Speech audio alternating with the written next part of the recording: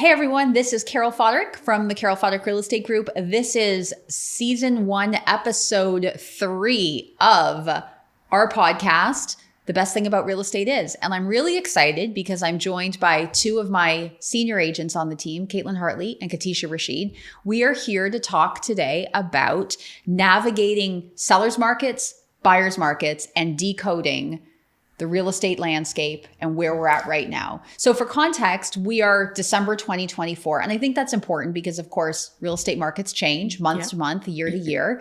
And what was true yesterday may not be true tomorrow. So here we are, holidays around the corner. We are going to talk about all the things. So ladies, I'll turn it over to you. Buyer's market, seller's market. And maybe we should start because your first time on the podcast for both of you. Share a little bit about your real estate journey so far, how you ended up here at the Foderick Real Estate Group, what you love about real estate, what you think the best thing about real estate is. And then we're going to dive into our topic. Yeah. Caitlin, you want to start? Sure. Yeah. Thanks for the kind intro, Carol. It's an honor to be on the podcast officially. My name again is Caitlin Hartley. I've been in the real estate industry now just about 5 years.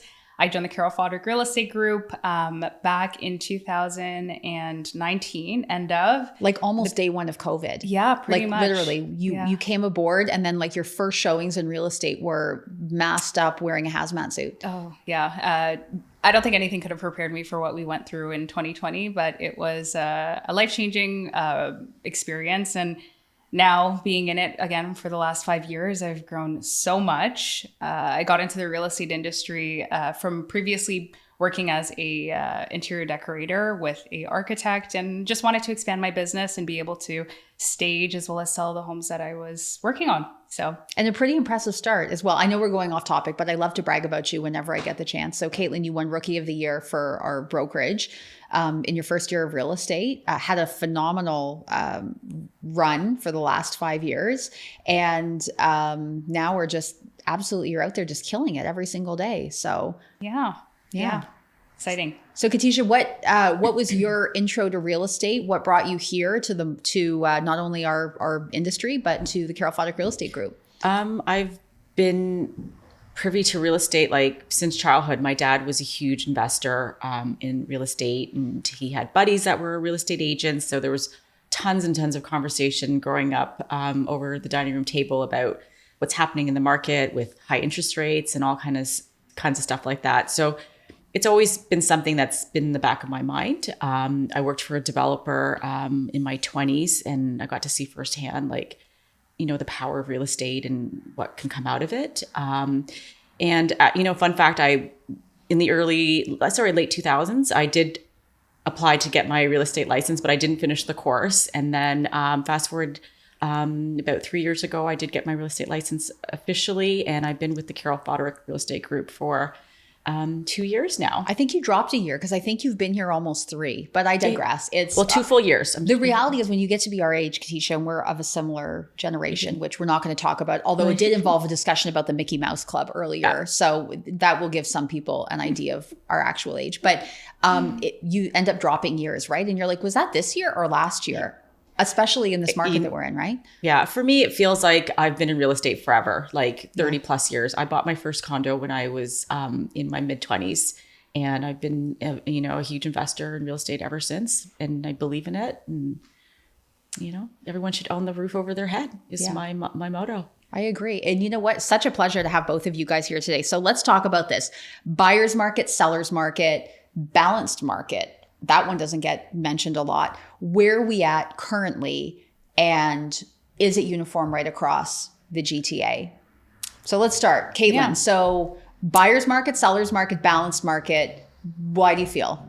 We are in a balanced market. Okay. I will just mention that we are in a balanced market, but more favorable to buyers at this time. Okay. I would say right across the board for the most part. There are select neighborhoods in, I would say even the west side of the city.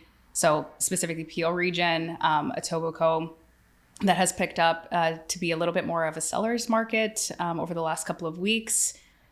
I mean, it's a really good time to be getting really good deals, I would say, as a buyer right now, because there is a little bit less demand. I mean, it could be also the seasonality of our marketplace just in the last month, but looking at the last few months, so for all of 2024, it's definitely been more of a balanced market as a whole. So by definition, balanced market, typically speaking, days on the market is, somewhere between 20 and I would say 50 on the long end. That would be an indication of a balanced market. A seller's market would be where stuff is selling in, under 14 days. And a buyer's market would be, exaggerated, a really exaggerated time period on the market, like more than 2 months, more than 3 months. Inventory has been really interesting because you have different asset classes responding differently. You've got a huge amount of condo inventory, less freehold inventory on the market. What's your perspective, Katisha? Buyer's market, seller's market, balanced market right now? I would agree that we're mostly in a balanced market, more favorable to the buyer at this point. But it does change like week to week, and it does change pocket to pocket depending on, where you're looking to buy. For some families, they'll compete because they want to get into a neighborhood that's, has good proximity to subways, or, their kids need to go into a certain school. So you can see a lot of competition where, houses don't come up very often. And then therefore it does flip more to the seller. But for the most part, if we look at the GTA as a whole, we are sitting in a balanced market. Balanced market. Yeah. It's certainly in the freehold market. Condos, I think, are a little bit of a different discussion right now. We can unpack that later. So let's talk about the mindset of buyers right now, because both of you have mentioned that buyers have a little bit more control over the process than maybe they did, previously.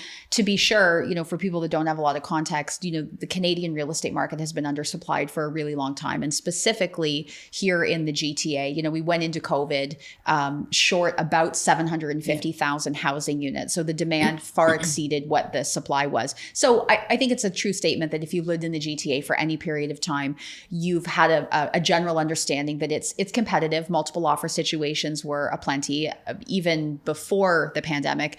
And then, of course, going into 2020, 2021, when interest rates were at historic lows and buyer interest in the market was at an all-time high, certainly the level of competition just hugely accelerated. And, it was commonplace to see 20, 30, 40 offers on properties. That's changed a lot. So what's the perspective of the buyers right now that you're working with? So you're out in the marketplace. What are buyers saying to you? How motivated are they?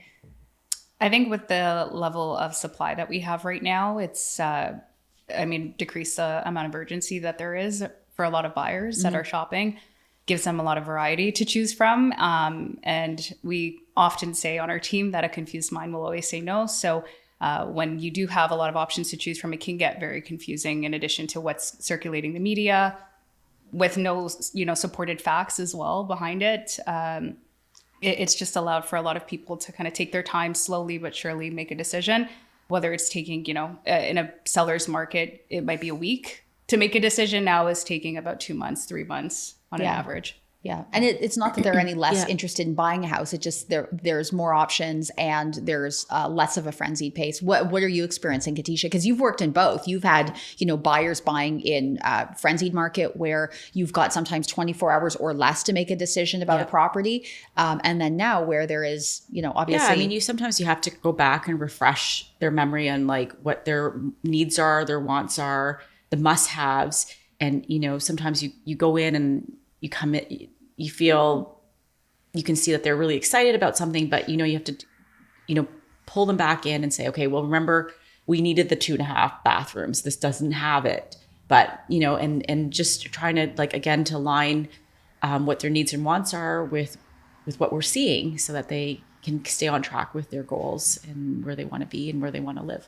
So balanced marketplace currently, and I always joke because you can tell whether or not the market is good or bad by the coffee that we're serving in the office. So longer days on the market, a lot more energy and effort for real estate professionals to be able to bring transactions together, both on the buyer side and the seller side. Where do you see the market going in January as we sort of close this year out? A lot has changed, right? Bank of Canada has dropped their interest rate for the 5th time. Huge changes to CMHC's high ratio borrowing, which is going to completely change the landscape on that $1 million to $1.5 million price point. What's your projections about whether or not January is going to keep us in this balanced market territory or whether or not we're going to see a change? I feel like it's going to shift now that, they made some changes with with the banking and how you qualify. And it's going to push people that, weren't happy with what they could get under the $1 million mark. And they now can open up to the 1.1 million to 1.5 million at 5% down. I think there's going to be a big shift in the marketplace, and people are going to be a little bit more active because it's kind of revitalized things. Are you seeing that already, Caitlin? Yeah, November, hugely busy month for us, the busiest since April of 2022. I was going to say, we saw a 44% of an increase in the number of transactions in the last year compared to this time specifically. And I think that just goes to show that, with these changes in place, we've already seen the immediate effects of it, but the long term will be, depending on, again, when we're past the holiday season into the spring market, how that will translate. So whether we'll get, again, a higher volume of demand, but also more volume of listings, we'll probably see, again, those people that were, many high ratio borrowers, which are people with less than 20% down, being able to afford a little bit more in terms of the fact that we didn't really mention the 30-year amortization now for first-time buyers, which is, I think, going to make the biggest impact on the market, because I don't think right now it's, coming up with a down payment. It's more the affordability of the payment. So that's great. So you think it's actually the changes to the amortization, because there are lenders that are now offering a 30-year amortization on mortgages. Yeah. What do you think it's going to be, Katisha, that moves the needle the most? Because there's been so much speculation about the fact that it was the Bank of Canada's prime lending rate that was going to change the market trajectory. And lots of people have been pinning, their hopes for the market, whether on the buyer side or the seller side, to where interest rates are going. What do you think it's going to be that changes the climate of the market from, buyer seller balanced market? What do you think the biggest? I think interest rates is a huge factor. Yep. Because it's the affordability and the cash flow. There's one thing to get your down payment all in order, but what does that look like for you monthly? Yeah. And being able to service the loan.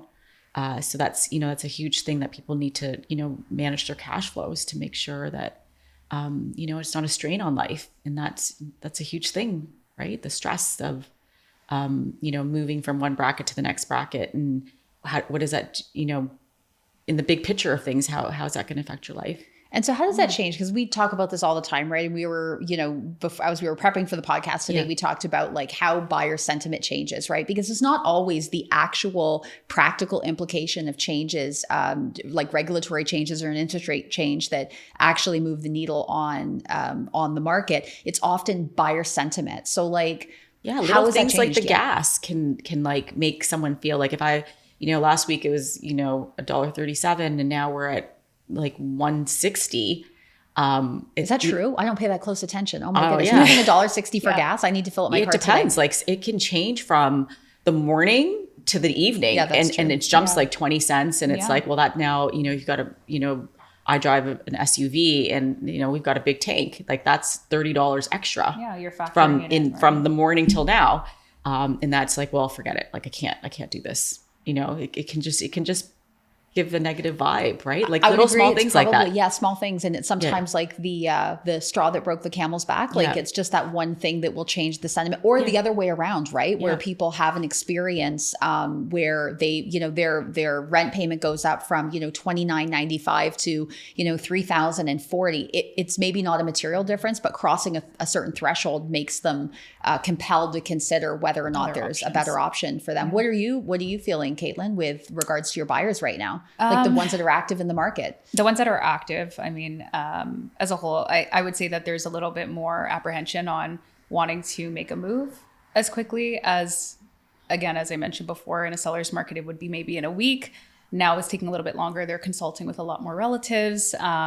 They're weighing their options. One, location, price point, again, because it goes back to lifestyle. What are you comfortable with carrying every month? How does that impact the things that you enjoy doing throughout the year? Maybe you have kids and they want to do extracurriculars, or you travel once or twice a year and you're not willing to sacrifice that because you don't want to be house poor necessarily, and it's not worth it to you. So I think that's just been a lot of the conversations that I've been having recently. And as a reflection of that, I mean, a lot of people have decided to shelve their plans for, January 2nd week, which is our spring market. And I think that. Yeah, let's unpack that for a minute, because people always say spring market, spring market. What do you think the perception of the spring market is in the marketplace? Because it's very different than the reality of when the spring market is. And let's talk about why, because I think viewers who are not in the real estate industry are going to be surprised to learn when the spring market actually stops. So I say spring market to a buyer or seller, and what do they often reference that with? They think, March, April, May.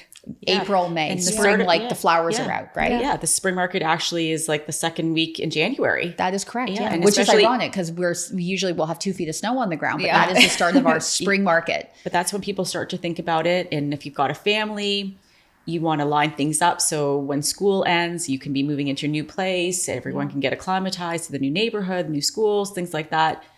So, buyers are out, second week in January, starting to do their search, because it might not be an overnight. They might not find out what their dream home. Well, that's overnight, it. I think you have to unpack the timing of your search, right? So when people are like, I'd like to be moved by summer. Well, when does that mean you need to start looking, shopping? Yeah. The reality is it means it's a January search. So let's, the average closing date here in Ontario in our marketplace is anywhere from 30 days on the ultra short end to 60, 90 realistically. Yeah. So if you want to be in your house to start the summer, that's end of June. So that's June, May, April. You've got to be bought by. And if the average home search right now is taking somewhere in and around 60 days, that is, that means that you're searching for, a house in January or February. And I think it's a true statement that most buyers need to see options, and they need to experience the market and feel it for themselves before they feel comfortable putting pen to paper. So you're right. Spring market starts in January. And that applies not just to buyers, I mean, sellers as well. Many, like the ones that are on the market right now that have decided to shelve their plans and will be coming out the second week of January. Often one of the, highest times throughout the year where that you'll see a lot more transactions happening, because there will just be such a sheer volume of new inventory, buyers coming back, to look at, and that have shelved their plans over the holidays, right? And we're speaking from experience. We've had people that have decided to do that already, and we're, second week into December. Yeah, it's interesting because we talk about the seasonality of our real estate market generally. And in the GTA, it tends to be fairly cyclical. So take out COVID, because that sort of disrupted everything. There is a rhythm that exists in our industry. So, spring market starts middle of January.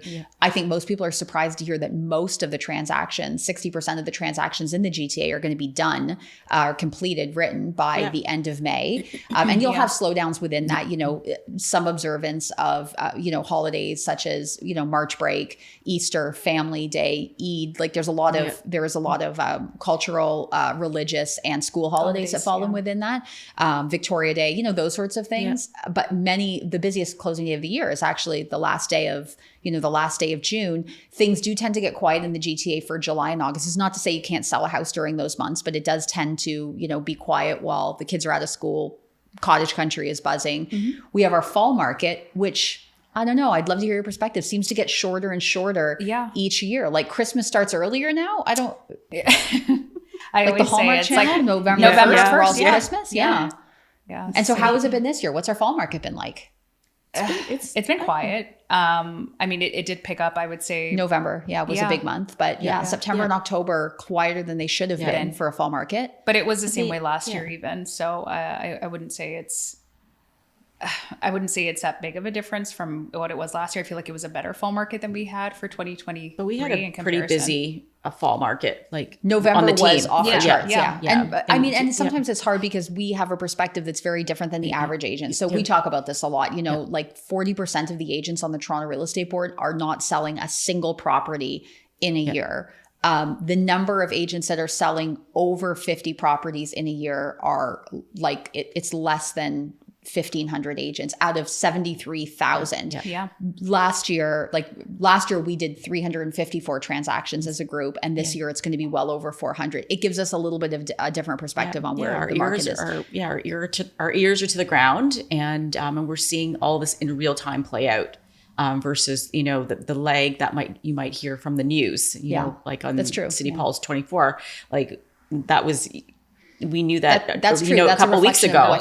What happened 3 weeks ago, right? The period ending 3 weeks ago. Can you time the market? Can a buyer time the market? No. is the short answer. No. Why not? You're saying no. Katisha, what do you say? I don't, the thing is, it can change from week to week. If it's a good sunny week, the weather's good, people are out. They're like, they're paying more attention.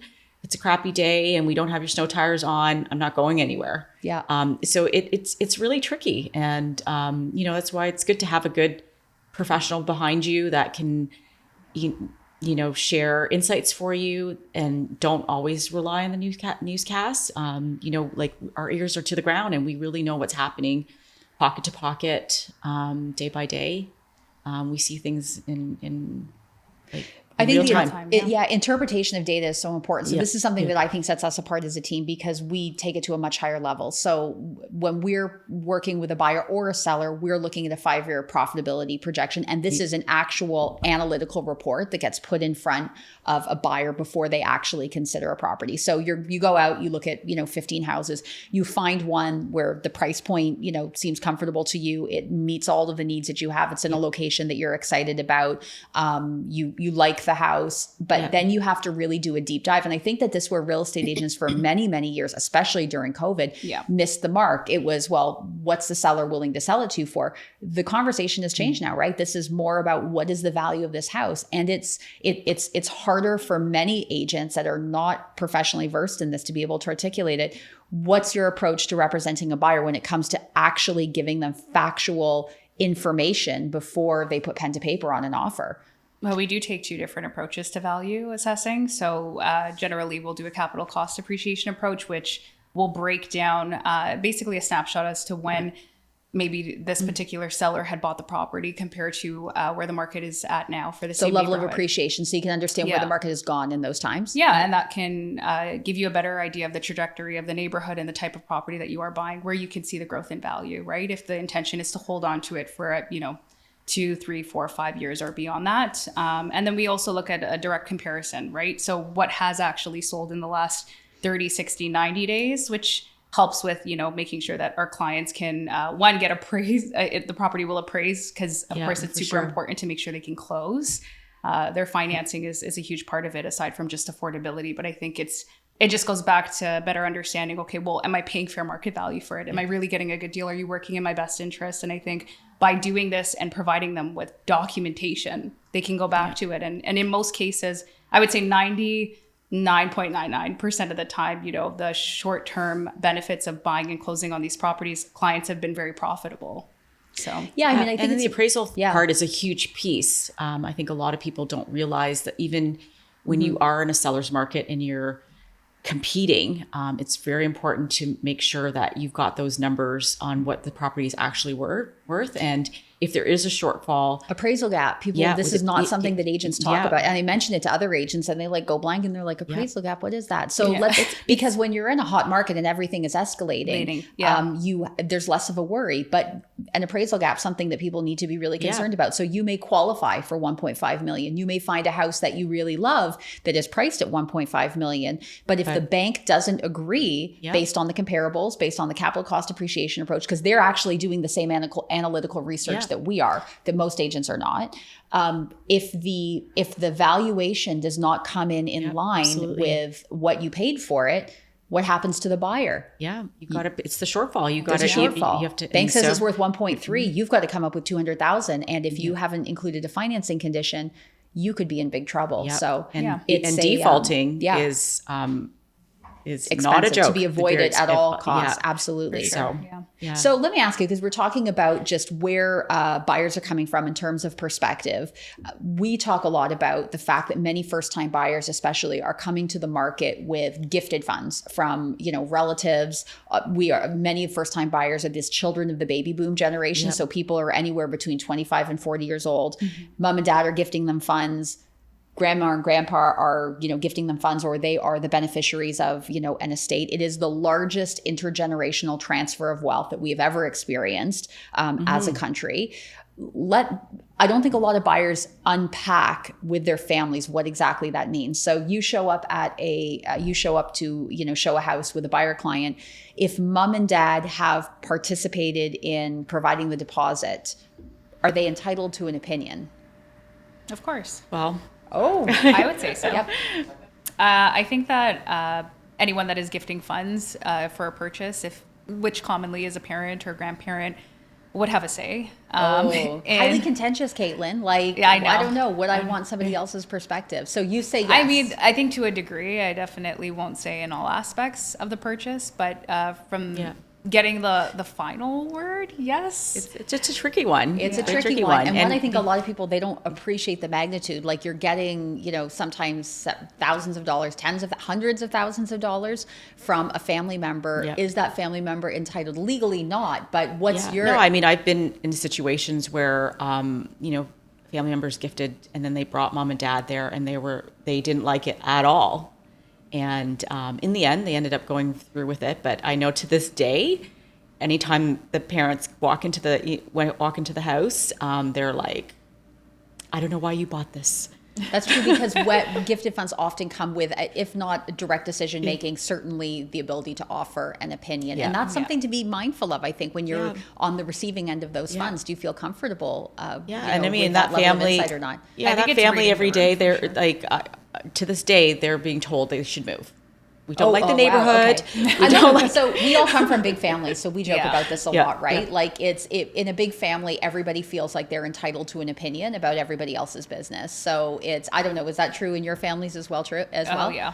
Oh yeah. Yeah. Yeah, With regards to real estate, like did your extended family have an opinion of where you're living now, or what's? I know when we first got our first place, we went to South Etobicoke, and we're from Scarborough, and my parents were like, "Why did you go all to South Etobicoke?" We're like, "Our friends live there, so we want to be close to our friends." And then over time, friends moved to Oakville and Mississauga, and we needed help from grandparents to help out with kids, and we came back to Scarborough. But for logistical reasons, you came back. Yeah, exactly. How about you, Caitlin?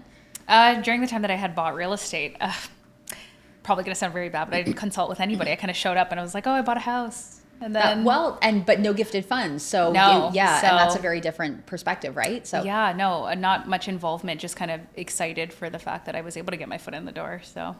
Yeah, it's a really interesting time that we live in, because this definitely wasn't the norm, a generation ago. And, a young couple or two people buying a house together, there was a level of autonomy where there wasn't an expectation that anybody else would be involved. But the strings definitely do come attached with gifted funds. And it's something that we see a lot. What's the most number of people have ever showed up to a showing with you for one of your buyer clients? I've had 8. 8. That's a lot of people.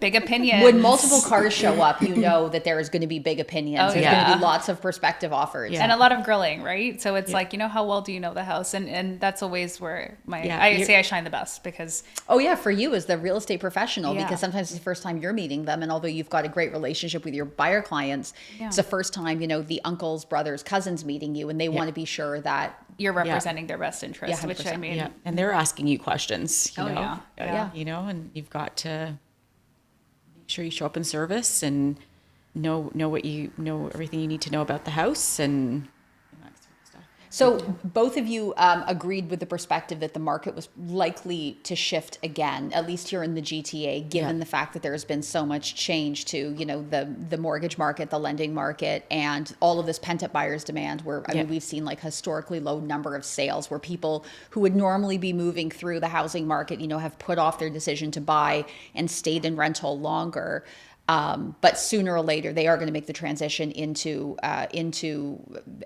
purchased housing, whether that's, motivated by change in interest rates, whether it's just lifestyle changes, they are going to need to move sooner or later. And understanding that, there's greater clarity in the market, whatever it is that moves the needle for them. How do you navigate with buyer clients that are, have been sort of on the fence, looking casually?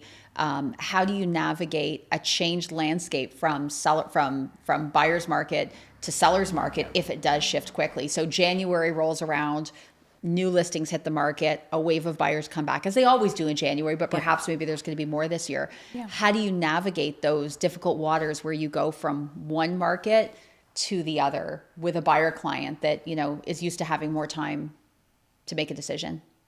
Just keeping them posted. I mean, and that goes back to even the properties that we might have seen that, a change in a buyer's market to a seller's market is all buyer sentiment sometimes, as you mentioned, seller sentiment.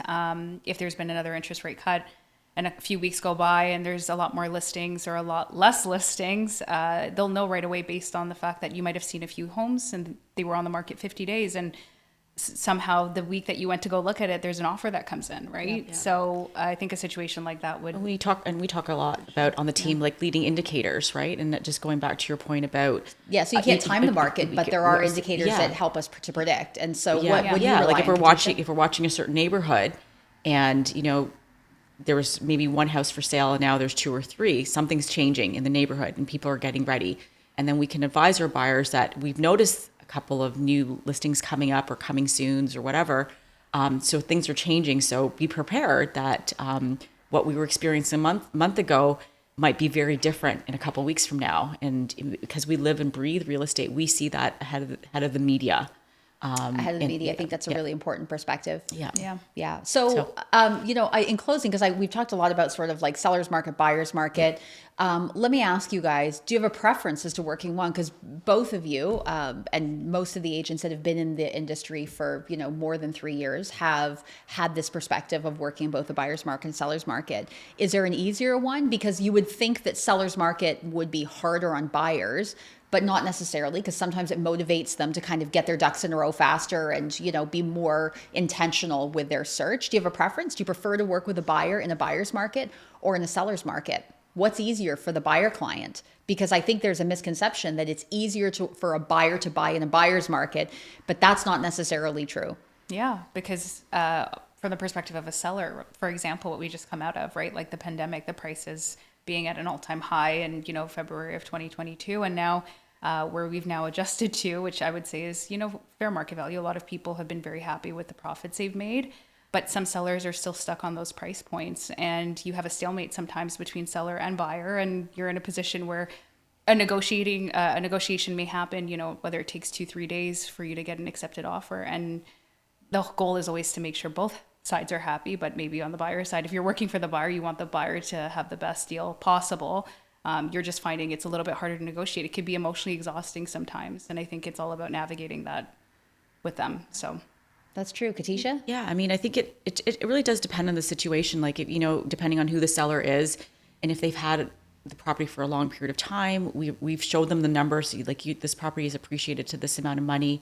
And maybe their next move is like, an upsize, right? And sometimes because you've had so much appreciation in your current property, the difference in what you make that next move isn't a huge gap. So sometimes you got to just kind of like have a good understanding of like why are they selling? What does that next move look like for you? Are you downsizing? Like you can get this property for X amount of dollars. Like it's a win-win for you, even though you have it in your head that it should be worth this. You're still getting that gain. That's true. Yeah. Right? Because I think it's important to remember that all boats rise and fall with the same tide. Yeah. So if you're a seller and you're waiting for a seller's market to sell again, the challenge is that if you're going back in to buy something else, if you're waiting for your 950 house to come up in value to $1 million so that you can make the transition into a $1.4 million house, but that you wait for that $50,000 increase and then the 1.4 turns into a 1.5, right. You actually haven't gained anything. You've lost $50,000 worth of purchasing power. So I think it's important to remember, especially for upsize buyers, there is a tendency to wait for a seller's market to sell to upsize, but you got to remember you've got to buy back into that market. So as long as you're buying and selling in the same market, it's important. It's a differential between the two that is important, not what the gross numbers are one way or the other. So really interesting topic, and one I think that's going to be highly relevant as we go into 2025, because there is no question there are market forces at work here that is going to just completely change the landscape. And this is something that we unpack every single month with our clients when we're doing our market update videos, the ins and outs. And they're long, guys, right? Sometimes we're talking for 6-7 minutes straight about the market dynamics that are in play that month. But hopefully it's a value to our clients. So, all right. So 2025, going to be an interesting year. I'm really excited. And I'm excited to have shared all of this information with our viewers here today. Thank you, ladies. Sure. It's been a great deep dive into understanding buyer and seller's markets. So there's lots. Stay tuned. There's going to be lots to unpack in the coming year. Well, thank you to all of our viewers or listeners. I'm not sure. I guess like half the people are going to be watching, half the people are going to be listening. It'll be interesting to see. But thanks for spending time with us today. As always, it is such an honor to be able to share our knowledge with you. And of course, if there's anything we can do to be of service to somebody that you know with anything real estate related, I hope you keep in mind that we are never too busy to answer your questions or for your real estate referrals. So thanks for watching, and we will catch up with you again on the next episode of The Best Thing About Real Estate Is. Take care.